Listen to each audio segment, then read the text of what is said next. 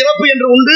என்ன விதைக்கிறோமோ எனக்கு இருக்குமே அந்த எல்லை விதைச்சாலும் எல்லை அடிக்கணும், வினை விதைச்சா வினை அடிக்கணும், திணை விதைச்சா திணை அறுத்துதானே ஆகணும். அப்ப என்ன விதைத்தோமோ விதைத்ததை அறுவடை செய்தே ஆக வேண்டும். ஒவ்வொரு மனிதனுக்கும் முன்னால் சொன்னார்கள், அவன் செய்தது அவன் பேர பிள்ளைகளை விதைச்சாரும் என்று. இப்பொழுது அப்படியெல்லாம் கிடையாது. நீ செய்தது நீயே அனுபவி. வினை என்பது 3 விதமா: சஞ்சிதம், ஆகாமியம், பிராரத்துவம். ஒவ்வொரு வினையும் ஒவ்வொரு விதமாக வந்து உறுத்தும். அதை அனுபவிச்சு ஊழ்வினை உருத்து வந்து ஊட்டும் என்று சொன்னார்கள். அதனாலதான் உள்ளிய தெல்லியராயின் ஊழ்வினை மெல்ல நுழையும். ஆக தன விதைச்சு தினை ஏற்பான் என்பது போல திணைதான் விதைச்சிருக்கோம். நீங்க தின விதைச்சிருக்கிறீங்க. ஆனால் விதைச்சது எதுவோ அதை அறுக்க வேண்டும். அந்த வகையில உன்னை பார்த்து இந்த சிவம் என்ற உடம்புக்கு பேரு விதி, உள்ளே ஓடக்கூடிய மூச்சுக்கு பேரு மதி. சிவமாகிய உடம்புக்கு மதிங்கிற மூச்சு இல்லைன்னா இதுக்கு பேரு சவம். சவம் ஆயிடும். சுழி இல்லை என்றால் சீவனுக்கு சிவனுக்கு என்ன வித்தியாசம்?